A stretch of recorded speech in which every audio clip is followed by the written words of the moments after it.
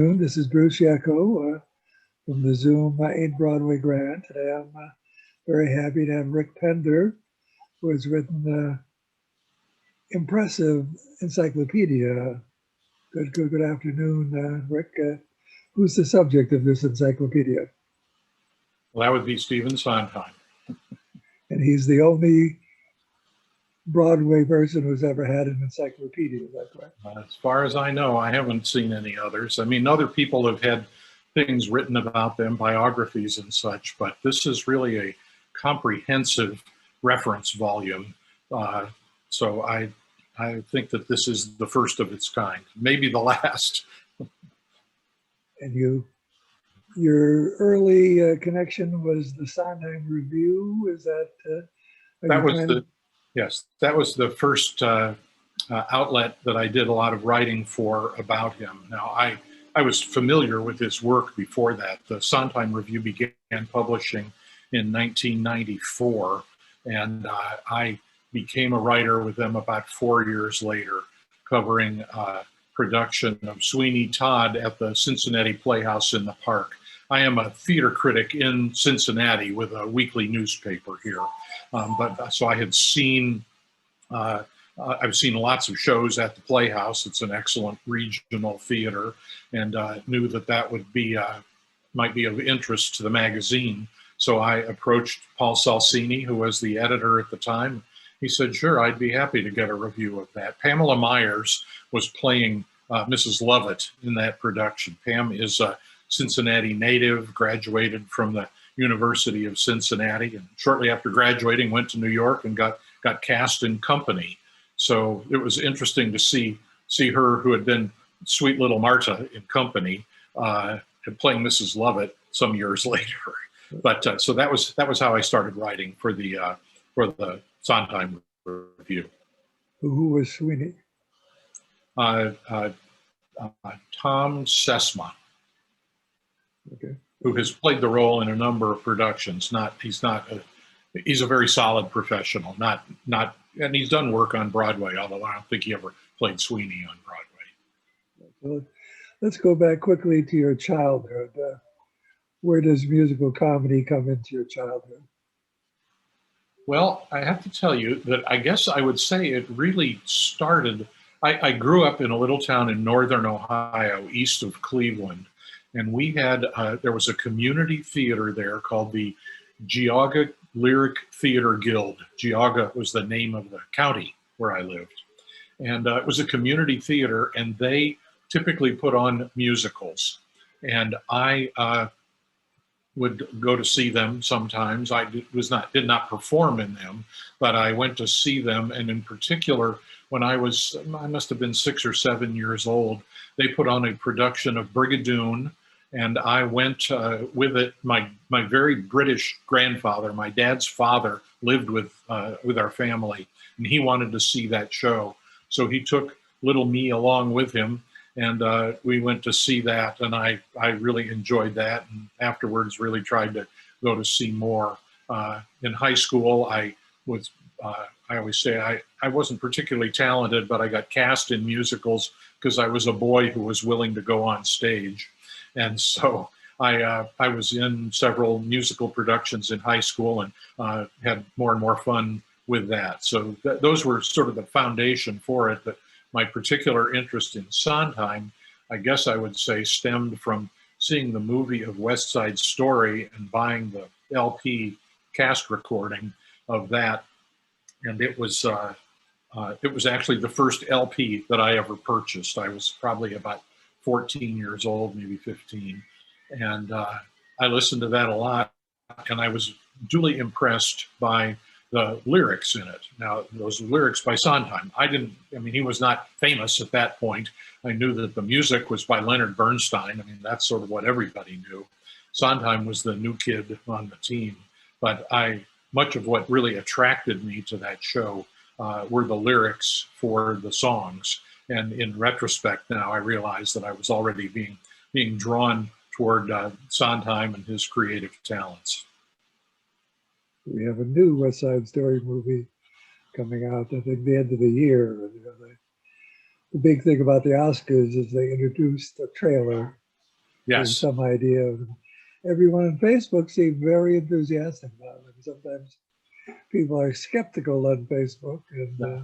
Well, it will be interesting. I'm trying to think if Steven Spielberg has ever directed a movie musical. I'm not sure that he has, but I know that Sondheim has been very involved consulting with him on this project. Sondheim is the only member of that original creative team with Bernstein and Arthur Lawrence and Jerome Robbins, who is still around. At 91, he's no spring chicken either, but he's still pretty sharp. So he's been, talking with Spielberg and offering insights about it. So there's a pretty authentic pipeline, I guess. Let's hope that it proves to be a success. he's had some other movie things. Dick Tracy. What was his opinion of the movie of Dick Tracy? I think he enjoyed it. His friend Warren Beatty made the movie, directed it, and played Dick Tracy in it. And Sondheim wrote a couple of songs for it, including one that won the Academy Award, the one called "Sooner or Later" that Madonna sang in it as a nightclub singer. I think that he thought it was an entertaining film. I don't know that he thinks it's the greatest movie musical ever made. He takes a rather dim view of movie musicals in general if they are simply sort of trying to recreate a stage musical, since that was a little different. It was more because it was rooted in the comic strip and that sort of thing. I think he thought it was a successful movie. Was he happy with the Sweeney Todd movie? With his what? Sweeney Todd movie. Oh, yes, very much so. I mean, that one with Tim Burton directing it. There was Tim Burton was the right man to direct that movie. He did a lot of tweaking with it. It's quite different from the stage production. Doesn't have the chorus, that sort of thing. But I think Sondheim felt very much that it created the kind of menacing, frightening atmosphere that he really had in mind when he was creating the show. He and Hal Prince had somewhat different notions as to what that should be like on stage. Prince made it into a rather expansive, epic sort of production, a condemnation of the impact of the Industrial Revolution on people who were sort of ground down by that. It wasn't a wrong interpretation, but it was not what Sondheim had in mind. And I think Burton's movie, what Sondheim has said about that movie is that rather than just trying to make a film of something that you could have seen on stage, Burton turned it into a cinematic piece that really used the qualities of movies to tell the story in ways that were differently exciting. So is he still hopeful that there could be a Follies movie? I have not had a conversation with him about that. I don't think that he would mind if anyone wanted to try to make a movie of that. But I am not aware that there's anything that is definitely on the horizon. He loves it when his shows are given, more exposure. But I think that he always wants to tread carefully with movie directors and screenwriters and that sort of thing as to how faithful or what they're going to do with the original material. Sometimes he's quite willing, as he was with Burton, to make changes. Sometimes he thinks that they just don't quite work. He seemed pleased with Rob Marshall's film of Into the Woods, which was a more straightforward recreation of the stage show. Going back to his very beginnings, I had asked you at one point, do you know what his first song that he ever wrote was, or what it was in? Well, he wrote a show while he was at the George School, a private Quaker school in Pennsylvania, when he was a teenager. And he wrote a sort of a school musical, a review that sort of poked fun at the school. And it was called By George, with an exclamation point. And there were a number of songs in that. He wrote one called The Donut. There was apparently in the middle of the school a sort of a pillar with a leather seat around it that the kids referred to as the donut. And that was certainly one of his earliest songs, although I've also heard him say that his earliest extant song was something called How Do I Know? I don't know if that, I don't think that was from By George, but it was a song that he wrote, and some dance bands around the Williams College campus in Massachusetts played it some in the summer of 1948. So, I mean, these two numbers that I just mentioned were written when he was 16, 17, 18 years old. He'd probably played around writing other melodies before that, but those are the two that, you know, there's still some recollection of those, I guess you'd say. And at what age did he meet Oscar Hammerstein? He was about 13 or 14. His mother had divorced his father, and they moved out to Doylestown, Pennsylvania, where Hammerstein had a farm, and they lived rather nearby. Sondheim became friends with Hammerstein's son, James, and was invited over to the house, and he met Oscar and became quite entranced by this man as a role model. And Sondheim, he had an okay relationship with his father, but the divorce meant that he was very separated of his father. His father remarried and had other children. So Sondheim sort of needed a father figure in his life, and Hammerstein very much provided that. And Sondheim has been quoted as saying more than once that if Oscar had been a geologist, that Sondheim probably would have decided to become a geologist just because he admired whatever Oscar was all about. So I guess we should say we're lucky that Oscar was involved in musical theater to inspire Steve to come along that way. Do we know why his mother went to Doylestown, Pennsylvania? Well, that was a result of the divorce. She was also something of a social climber. She was doing a lot of she was a dress designer, but was involved in other aspects of design. And I suppose she thought there was some potential client base to be out there. So she moved out there. I think also, though, it was just to put some distance between herself and her ex-husband. But she didn't have a New York address for years after that? She was in Doylestown for how many years? Not all that long. I mean, it was long enough that he graduated from high school there. He went off to a military boarding school for a year or so while he was there also. But I don't know where she went. I mean, she ended up back in the city again. Once he was a young adult, she was living in the city by that time. Then he continued to visit Oscar Hammerstein, I'm guessing, too.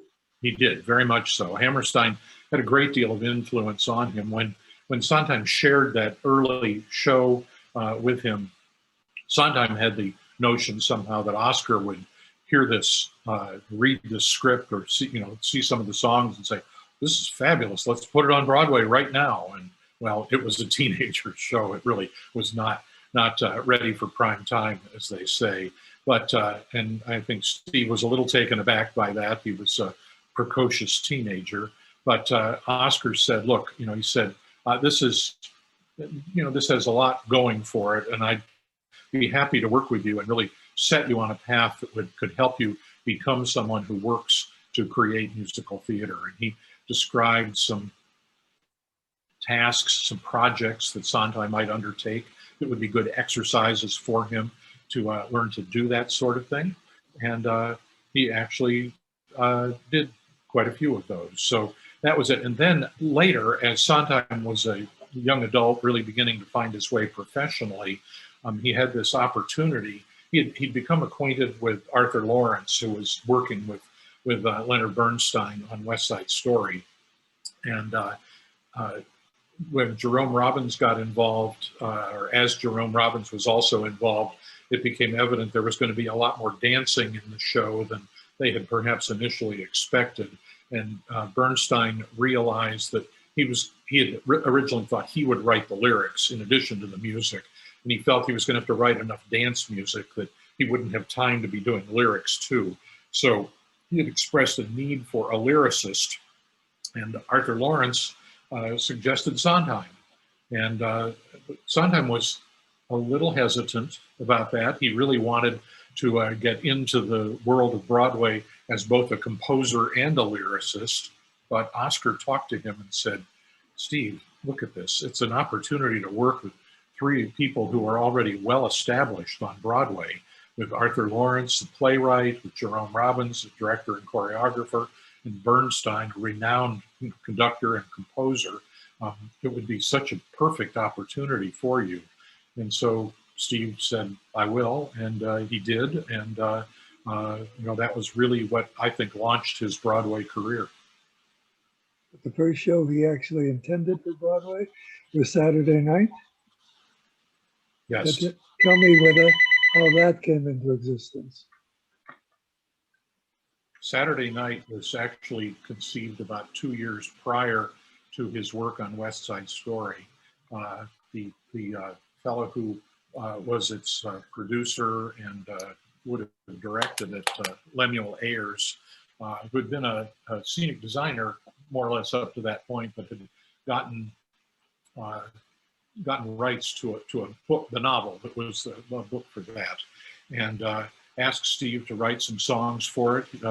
Ayers was pleased with what he wrote, but unbeknownst to anybody else involved with that project, Ayers actually had cancer and passed away before they ever got the show cast or into rehearsals or anything. So what Sondheim says now is that it gave him the license to write a number of songs, which he then used to audition for things. It was some of those songs that Arthur Lawrence shared with Bernstein that really won him over. Bernstein wasn't all that impressed with the music, but he thought that the lyrics were really fresh and original, and that sounded like the kind of person that he'd like to be working with. So that was how that happened.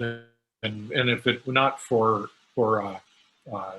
Hammerstein urging Steve to do that, it might have taken him a while longer. And frankly, if Saturday Night had been produced, it was not going to be a groundbreaking kind of show. It might not have set him off in quite the exciting way that West Side Story did.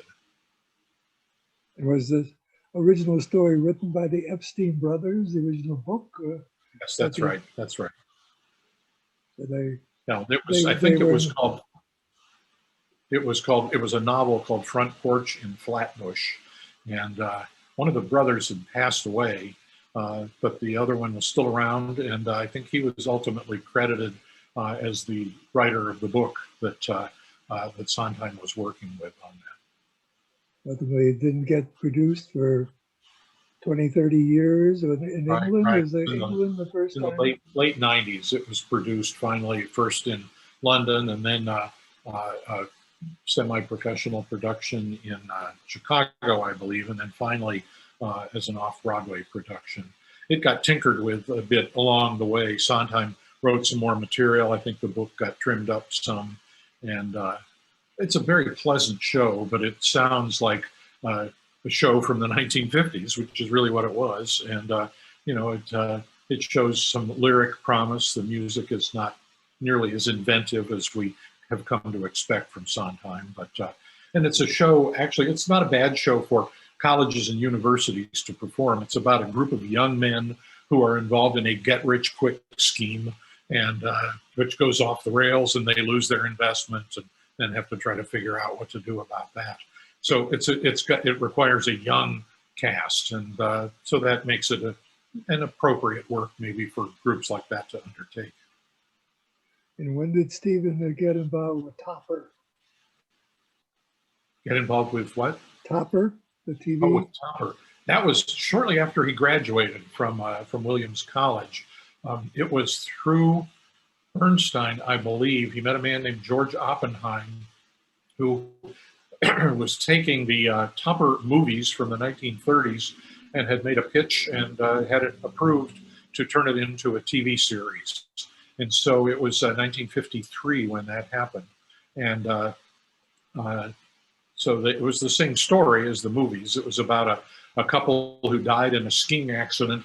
Their wealthy home was acquired by this sort of stuffy banker whose name was Topper, Cosmo Topper. and but the ghosts of the couple are haunting him. No one else sees them except for Topper. And so Sondheim went out to Hollywood and wrote about half the scripts for half-hour episodes for the first season. Made enough money that he could come back to New York and rent an apartment, and that was pretty much the end of that. He did not stick around. I think that there were at least 2, maybe 3 seasons of Topper, but he only wrote for the first season. Is it possible to go on YouTube and see if I typed in Sondheim Topper? Would I be? I think you would be able to see them there. There are also the scripts are on file at a library at the University of Wisconsin in Madison, and I think they may have some of the video there too. But I'm pretty sure it can be found on YouTube. And that's the only TV writing he wrote except for Evening Primrose? Well, he also, I mean, you can also talk about Evening Primrose, a show that he did with Goldman, who he went on to do Follies with. It was an hour-long television musical that aired in about 1963, I think, maybe a little later than that. But about a man who is a poet who's fed up with the crass nature of everyday life, and he decides he's going to hide out in a department store and sort of live there, and come out at night. And then he finds out that there's a bunch of other people who are there doing that. And he meets a young woman who was sort of trapped there. Her mother lost track of her in the store, and so this young woman has now grown up in the store, would like to get out. And so they form a scheme to escape. It has sort of a Twilight Zone, Alfred Hitchcock quality to it, but he wrote several nice songs for it, and it's a nice example of his work in that period, really before Company and Follies. I thought it was very touching. Is that the people there were told that if they tried to escape, something bad would happen. Yes. And yes. So they eventually think they've gotten away with it. Tony Perkins and right. What's the girl's name in real life? Zena or? I've lost track of her name. Yeah. Sorry. But Charmian Carr, who played Liesel in the Sound of Music movie, played that part. But I forget what the character name was. So they think they've gotten away with it. Yes. And then the last scene of the show, it shows them as dummies. They were mannequins in the store window.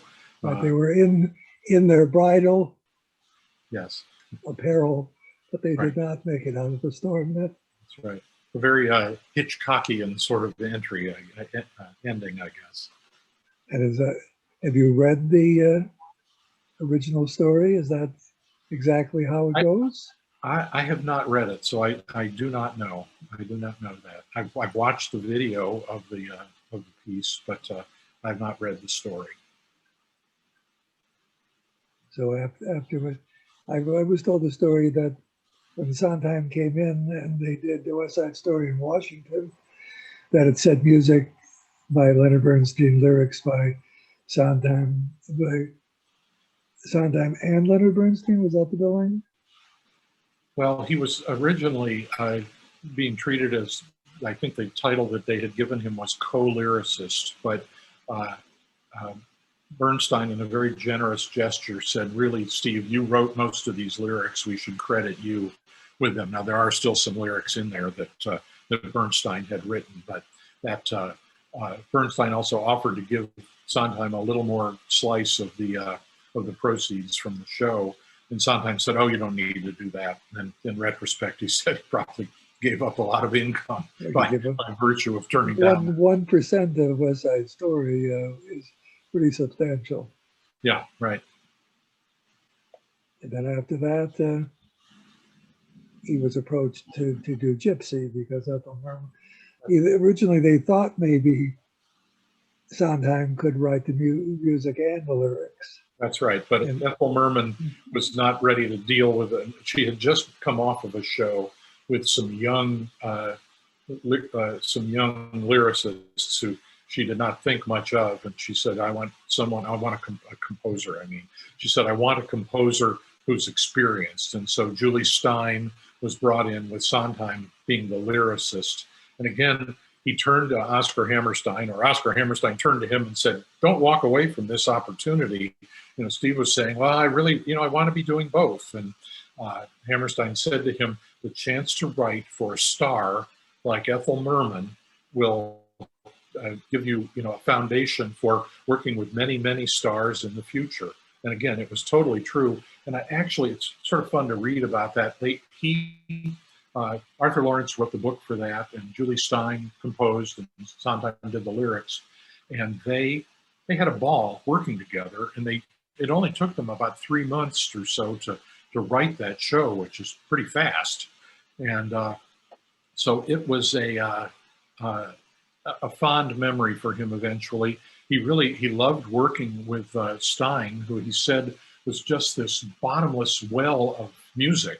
And if they had a song and it didn't quite work, he said, all right, well, I'll just write another one. And he would crank out another one. Sondheim is much more deliberate about the way that he works and reworks things. And he was quite fascinated with Stein.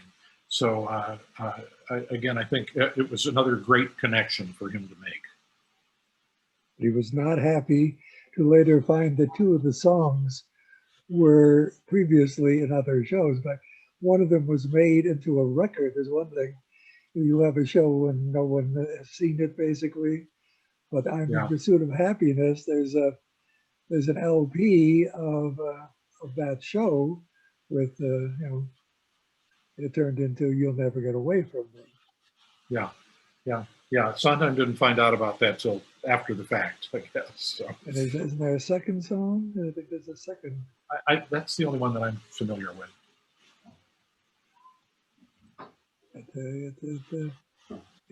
I was thrilled that growing up in the Midwest like you, I was able to see Gypsy in Chicago.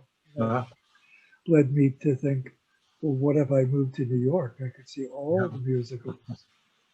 I did. That was really great.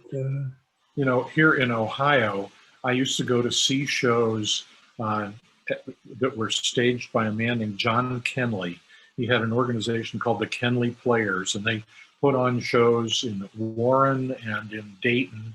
And generally, the stars of the show, they weren't the original Broadway stars, but they were either movie stars or people who had Broadway credits playing the leads in these. And I lived not too far from Warren, Ohio, and would go there to see some of those. And those were really my first exposure, I guess, to real sort of big Broadway type productions. So they had cast almost the size of a Broadway cast, and very much. Orchestras with the original orchestra with the 25. Very much so. I will tell you, I particularly remember a production of Damn Yankees that I saw, and Burt Parks was in it playing the devil role. So it was, I thought, wow, this is the guy from the Miss America pageant, but he was okay. He was okay in the role. So, but Kenley usually put on at least a half a dozen productions over a summer, and I would usually get to see at least 3 or 4 of them. So it was sort of whetted my appetite for seeing shows of that caliber. But they did not have some people that really weren't up to the roles that occasionally. Sometimes people were Joe Namath or somebody like that, a celebrity. Yeah, they were cast because they were a familiar name because of television or a beauty pageant or something like that. But it was still fun to see them. So then after Gypsy, then he finally got to do Funny Thing. Is that his next show? Yes. And that one was really his first outing as a composer and a lyricist, other than the material that he'd done for Saturday Night. But really to see a show come to its fruition, that was the show. And again, he had a great time working on that with Gelbart and Shevelov. And they were, Burt Shevelov in particular was someone that he admired very much. And I just think they had a lot of fun, putting together this hilarious farce. They went through 11 drafts of the script for that, of the book, just trying to, make all of the funny plot elements interlace in an appropriate way. And they finally felt they got it right. And I think it did. That show still stands up pretty well when it's performed today. The original star that was announced was Milton Berle.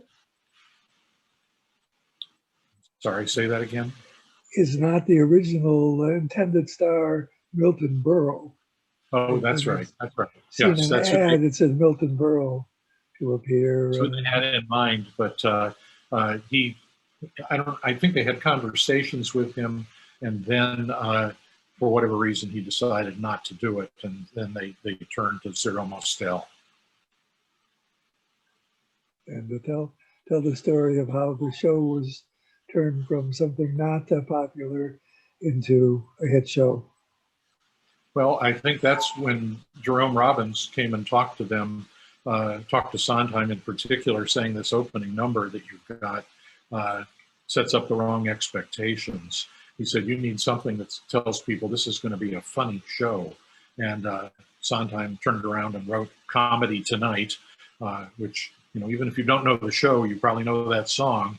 And that really sort of set audiences up for the fact that they were going to see a show that had a great deal of humor in it.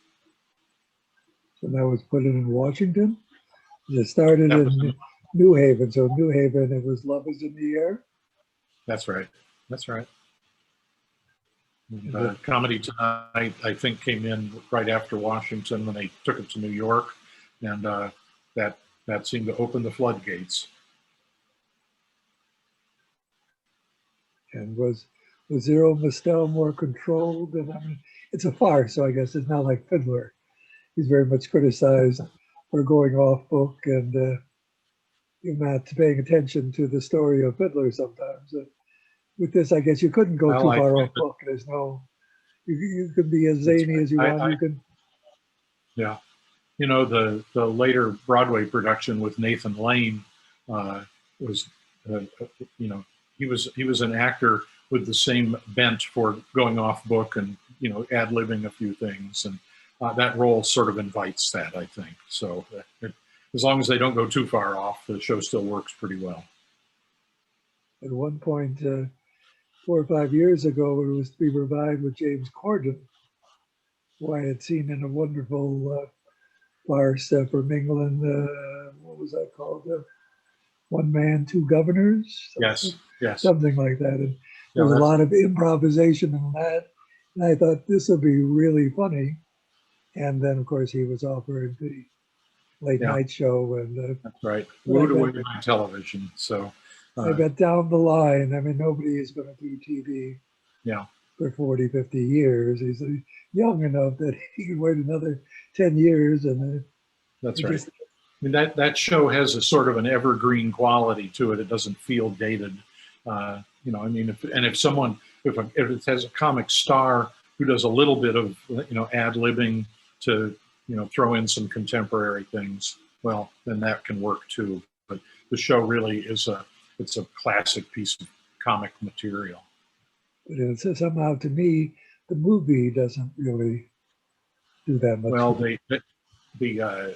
they tinkered with the plot so much. They put Phil Silvers into it, who had also been considered for the original production, and they made that role, more equal to Mostel's, and it threw things sort of off balance. And I don't think anybody from the original creative team for that thought the movie really captured what they had created on stage. I'm guessing so often, like with West Side Story, Gypsy, and that Sondheim was not actively involved in the movie. Yeah, that's true. He wasn't consulted. If they had said, we're going to do it with elephants, he would have said, I don't think that's a good idea. And they said, Steven, we own the rights if elephants are going to be in it. So be it. Well, they also eliminated a goodly amount of the music from the show for the movie. And So it's not much of a representation of the original. I mean, it's fun to see, Jack Gilford and Moselle and Buster Keaton in that movie, but it doesn't work nearly as well as the show does on stage. There's all the running around. They seem to be chasing. There's all running around right. on stage. You're very limited in how much running you can do. You can run around. That's right. Yeah, good point. So then what comes after Funny Thing? What's his next musical? Well, even Primrose fell into that slot, but then he got approached by George Firth, who had written these sort of scenes about a woman who was wrestling with ideas about marriage and her married friends and that sort of thing. And they didn't quite know what to do with it. Firth came to Sondheim and asked for some suggestion, and Sondheim said, well, let's talk to Hal Prince. Maybe he'll have an idea. Prince said, well, let's make it a musical. And that became Company. They had also been, Sondheim had also been working with James Goldman on a show that was originally called The Girls Upstairs. And that was sort of the seed that was planted that became Follies eventually. And they stopped working on that to work on Company. And Hal Prince said, let's put Company together, and then I'll stage Follies for you too. So that those two they came in sort of close order, only about a year apart on Broadway, 70 and 71. Was Tony Perkins ever considered for the star of Company?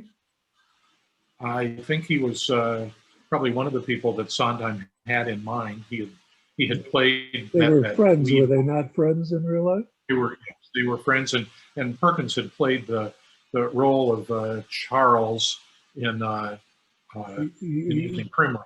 Right. So there was that connection. But yes, they were friends. They did lots of things outside of the theater world. They had scavenger hunts around Manhattan and things like that. So, but Perkins, by the time they were working on Company, said he had plans to direct more than to act, and so he backed away from it. Did they not write a movie together?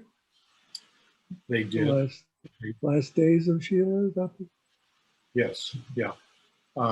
Last of Sheila, which I've watched. I found it almost incomprehensibly complicated story to follow, but it's sort of like an Agatha Christie murder mystery. Instead of being on a train, it's people on a boat who are probably, one of them is guilty of a hit-skip death of a film director's wife, who's trying to sort out who was responsible for it. And there's all kinds of clues and red herrings and people dying off along the way. And it's an interesting film to watch. He and Perkins, Sondheim and Perkins, both worked on the script for it, and Herbert Ross directed it. So it was if you're a fan of Sondheim, it's fun to watch. I'm not sure, it's not one of the greatest movies of all time, but it's an entertaining piece. And it even has Raquel Welch in it. So originally, The Girls Upstairs was a murder mystery, where? Yes. And what? Yes, it was. Why was that story changed? Why was that? Well, it was basically a story about the two couples who we know from Follies, and was headed in a direction that somebody was going to get murdered. But I don't think it ever. I've never really heard that a full plot on that was worked up before. So we don't know who was going to murder who. That's unknown. You could guess, but I mean, either one of those women might have wanted to murder their husbands or ex-boyfriend. Yeah, right. So, what's next for Sondheim? Well, we kind of went past Do I Hear a Waltz? Skipped Do I Hear a Waltz. So that was not the pleasant experience.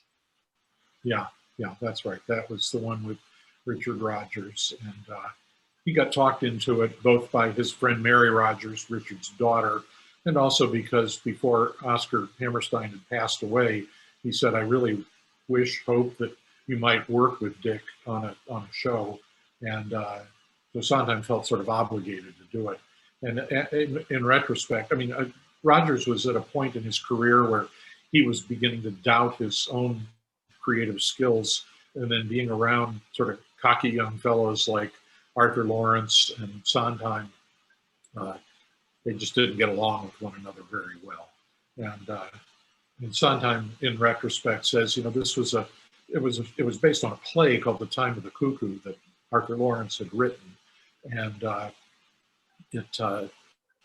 Sondheim said there was no reason to turn it into a musical. It was a fine play, and it just didn't really need that. So the show has some nice music in it, so it's not without its good qualities. But Sondheim just generally ignores it, doesn't even really want to talk about it very much.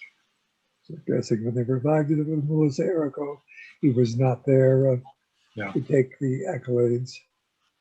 Yeah. To me, the problem to me, because I've seen so many musicals, is that the ending is just not a nice ending, because you'd like to believe that this woman was not so stupid to have been. The fact that, it's all been a lie. I would like to have had it. It's a musical comedy. I think this would be something, why don't you come next summer and let's see how it goes. That to me would have made it more satisfying. But and somebody also said that they kept the reviews away from Richard Rodgers, where his music was criticized. Mm-hmm. The Rodgers family did that. And so it was his impression that the music was perfect, and whatever criticism of other people, well, that was real. And it was just that he was not. Well, apparently he picked on Sondheim rather unmercifully throughout their rehearsal process. So it was not. Didn't he criticize?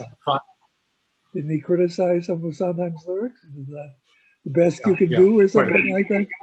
No, right, things like that. I mean, it really. It's clearly an experience that Sondheim would prefer not to recall. So what musical are we up to now? Follies. Well, did we pass by Anyone Can Whistle? Yes. So many people did pass by it because it was there for such a short time. I was intent upon seeing every musical, and I thought the deal was that the New York Times would say when a musical was going to close, and then of course I would go to see it. Yeah. And the thing is, they will only tell everybody if they're told early enough in the week. Yeah. If they're told on Friday, they will tell you after the fact, by the way, this terrible thing happened. The show closed and you missed it. Yeah. I kept saying to myself, you got to do it one more time. You didn't tell me.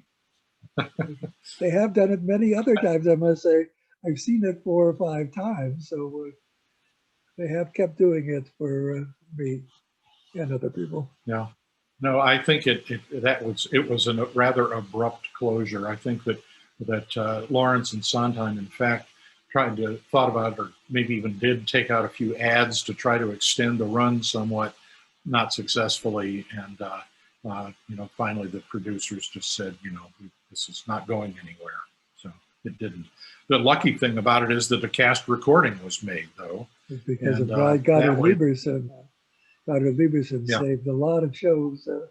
And the thing is, it didn't cost that much to do a cast album in those days. I think it's like $20,000. I mean, you can't have a solo performer on Broadway for $20,000. Well, if it hadn't been for that cast recording, and the same thing could be said of the recording of the cast of Merrily Roll Along. I mean, those 2 recordings preserved scores that had much to recommend them, and gave those shows a life afterwards. Not that there have been a lot of productions of Anyone Can Whistle. I mean, it's a very strangely conceived work, but Merrily has certainly gone on to good things, and then has a score that is really, really definitely worth seeing and hearing. Did he like the Lin-Manuel Miranda, Merrily? Is he on record as to what he thought of that? Because I was kind of, and Lin-Manuel Miranda is a very talented guy, but this was not a role for him, in my opinion. Yeah, I don't know. You know, Miranda did that role. It was in an encores, I believe, that he. Yes, That yes. and I've not heard comments from Sondheim on that. I He believe and that, Miranda have a good relationship, and you know, I think that. But I mean, I think there's people who've said that even playing there have been better actors playing Hamilton in that show than Miranda himself. I mean, you know, he of course is given the honor of creating the show and originating the role, but you know, his talents are even greater in other directions, I think. one thing we didn't talk about with West Side Story is that as originally conceived, it was not Puerto Ricans and other, and it was Catholics and Jews, right? That's right. That was the original thought that they had, and it would be called the East Side Story. Yeah. And but then they decided that that didn't make a lot of sense. But it was then they Lawrence and Bernstein were, I think they were out in Hollywood working on films or something, and they saw a story about gang warfare in New York City, and that sort of clicked. And they said, "Wow, we could do that with this story." And then it turned into a show. They called the show Romeo for a while, and but then eventually West Side Story is the title they gave it. So we go back to after Company and Follies. What is after that? Then it's Night Music, Little Night Music, a lovely show. One of the very first shows that I really saw a production of that I thought, wow, this Sondheim is a genius. I had seen productions of Company, not Follies, but Company, again, not in New York, but I saw a production of it at an excellent summer theater. But it was a production of Night Music that really, I was bedazzled by the lyrics in that show and the lovely waltz melodies that he used throughout. You know, it was like watching an operetta. I think it's Hal Prince called the show that he wanted something that was like whipped cream with knives, and that's sort of what that show, the ambience of that show is like. It sounds pretty, and then there's some wickedness inside of it. So I saw the world premiere of that in Boston. I was really very impressed. I had seen Company also in Boston and Pacific Overtures, and it was always, you never knew what you were going to get with Steven Sondheim. True, very true. Bruce, I don't want to get us off track, but I'm going to have to be done here by about 3 o'clock. So okay. We only have about 10 or so more minutes. So let's keep going with Sondheim shows then. Okay. Well, so after Night Music, then it was Pacific Overtures, which many of the people involved, it was an idea that John Weidman had come up with as a play. And again, Hal Prince said, I think this could be a musical. But most of the people involved, Sondheim included, said, I don't know anything about Asian music and not very much about Japanese history. Weidman sort of brought them up on the latter point, and Sondheim studied enough about music that he was able to write something that had those Asian tonalities to it. And it's really quite a remarkable show to listen to. It's never one that has the broad public appeal of some of his other shows, but it's quite an ingenious piece of theatrical creation, I think. And what's the show after that one? That would be Into the Woods, which went in very much the opposite direction, a show that was very much envisioned to be a hit. And of course, with fairy tale material, that makes it seem family friendly, at least until the first act is over. Second act, well, some other things happen. It's what happens after Happily Ever After, which isn't quite so happy. But the characters in it are familiar, and it is a show that is probably produced, well, it's certainly produced more frequently than any of his other shows. And it is, in some cases, when I was editing the Sondheim Review and we listed upcoming productions, the listings for Into the Woods often there were more of those than there were of all the other shows combined. So between the regular production and the junior production for younger performers, there were often as many as 100 productions in a given time period. And is Sondheim okay with a junior production where they take out some of the unpleasant? He was quite okay with it. In fact, that was when MTI came up with the idea of licensing an abbreviated production for schools and that sort of thing.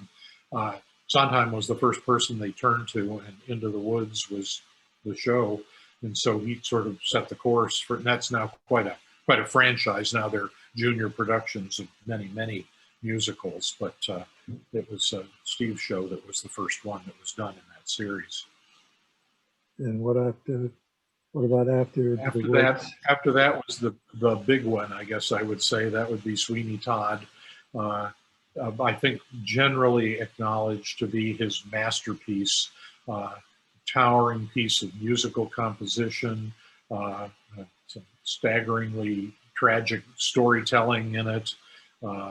It's an excellent, it's a fabulous show. It's understandable. Interestingly, often picked up these days by opera companies in addition to theatrical productions. And Sondheim has his opinions about opera that he's not as fond of as musical theater. I have an entry in the encyclopedia about his thoughts about opera. He says they're too much about singing and not enough about storytelling, but he doesn't mind when his shows are produced by opera companies. He gets royalties on those too. So that show, I think, is one that we'll be watching that one. Well, some of us will. Might that be the second most produced probably show? That's probably true. It's a very demanding show, vocally and musically, but certainly it's one that, and because of the film, Tim Burton's film that we talked about a little while ago with Johnny Depp in it, it's a more familiar title. When I talk to people who are not very familiar with musical theater, I mention West Side Story and then I mention Sweeney Todd, and they've usually heard of both of those. And what's the show after that? That would be Merrily after that. Merrily We Roll Along, which was a resounding flop, I'm afraid. It has there is life after death, apparently, because it has been brought back in a number of different ways. But because it is a story that is told in reverse chronological order, it seemed to confuse a lot of people. And the Hal Prince's production of it was used very young performers, and the show, as it moves backwards in time, meant that had young people playing much older adults from the get-go, and then they got younger, they got closer to the actors' real ages as you got back to the tail end of the show. But I think it just felt confusing to audiences and to critics seeing it. So it only had, I believe, 9 performances. Did you see that one? Did you get to see it? Yes, but I was at the first preview, and the audience at that point was so thrilled to be at the first preview. Yeah. When the conductor came to the stand, they applauded before the show. Halfway through the first act, some people were leaving, saying people perhaps that, so they were not happy with what they saw. They fired the one of the 2 male leads pretty quickly too. And, they did a lot of things, but again, it is. You think Sondheim purposely wanted to write memorable songs? Because he certainly did. If he didn't try to do that, I don't think he has memory or memorable in mind when he's writing. He's writing songs for characters to perform, songs that will elicit a deeper understanding of their situation or their concerns or whatever. And if they happen to go on to greater popularity, well, that's great, but that's not what motivates him to write. So what's the show after that? After Merrily was in Sunday in the Park with George, now working with James Lapine, the show based on the life of the painter George Seurat and his painting Sunday in the Park on Le Grand Jatte. And it's a beautiful piece about the creative process and how it can be sometimes painful for creators to create because they become so obsessed that they lose track of their personal lives. It's a beautiful show. Many people want to ascribe some of the music or the songs in that as some of Sondheim's personal philosophy.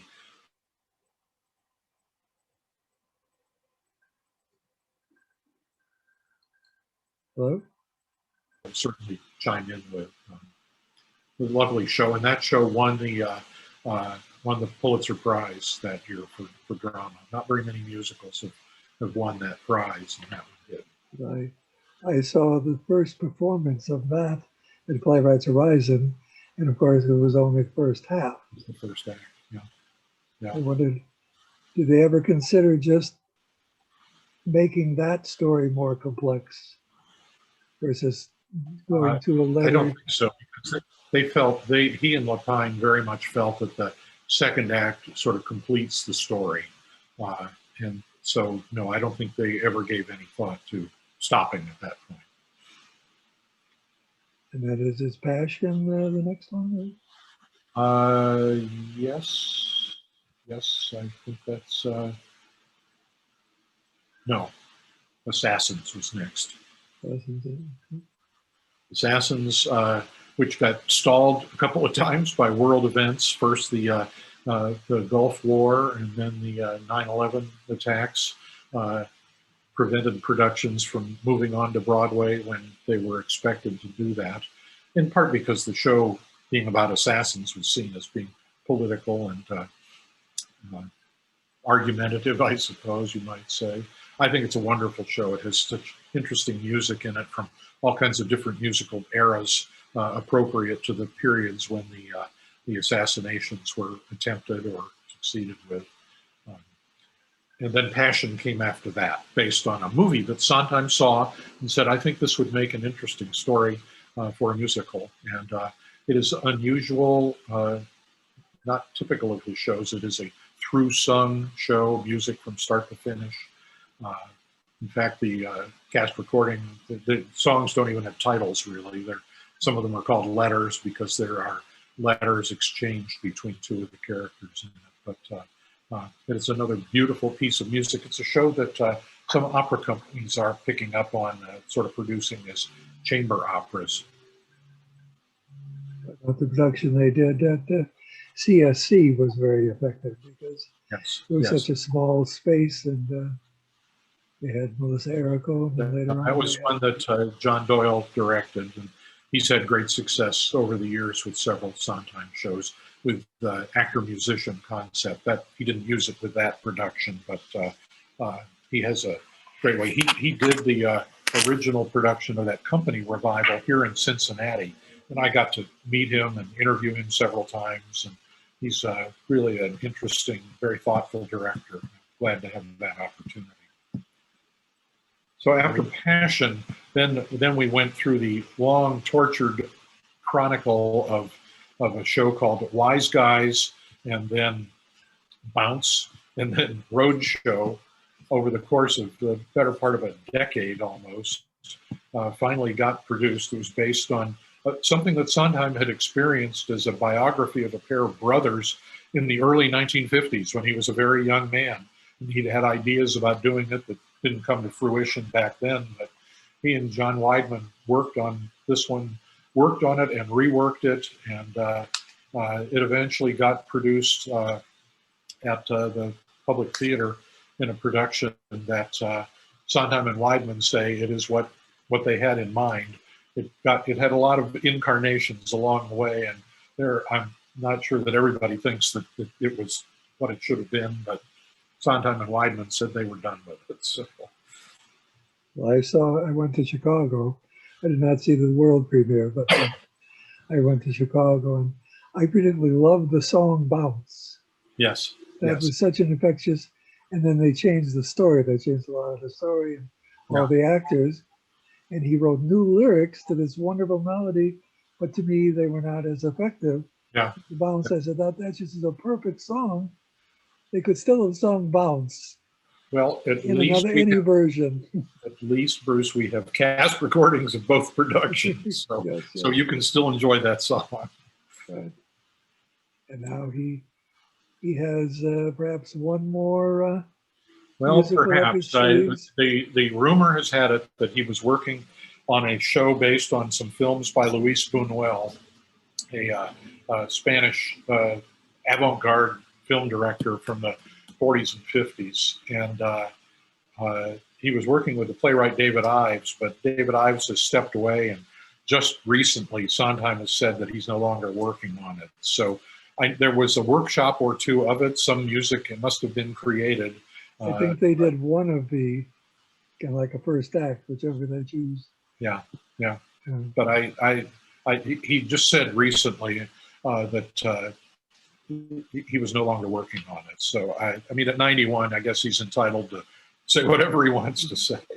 We also missed frogs, because Yes. I saw that at Yale.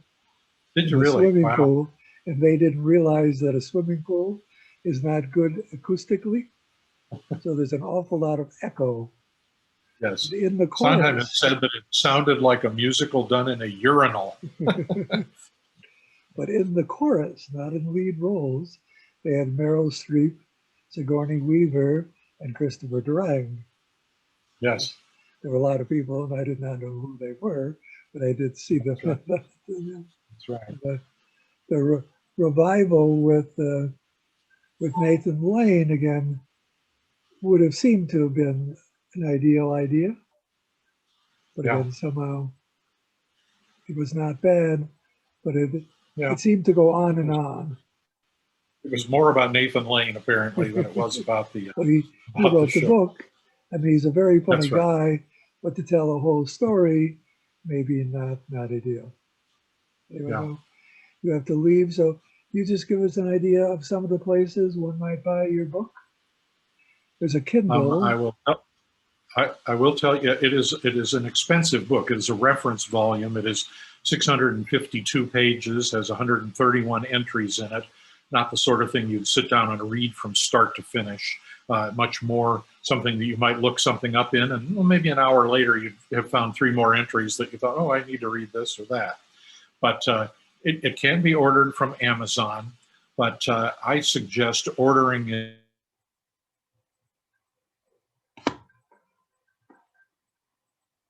To suggest that for your listeners would be to send them to my website.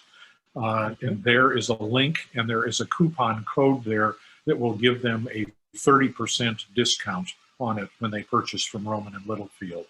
So here's the address for my website. It's www.rickpenderwrites. It's all written as one word. So R-I-C-K, Rick Pender, P-E-N-D-E-R, Writes, WRITES.com.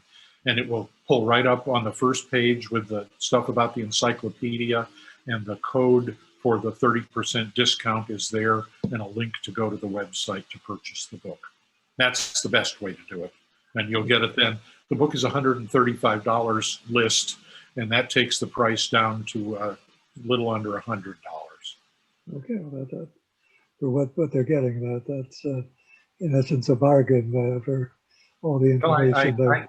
I hope people feel that about it. I know. I mean, that to me, I thought when they told me that's what how they were pricing it, I thought, oh, that's a lot for a book. But it has got a ton of material.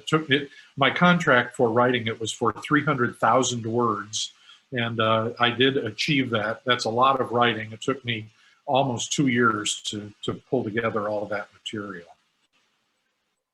Well, good luck. I hope this does well, and Well, who keeps Sondheim as alive as he can be for generations to come. Yes, thank you again, Rick. Let's hope that. Bruce, thank you so much for your interest in this. It's been a pleasure to talk to you. Okay, bye. Okay. Bye-bye. Bye now.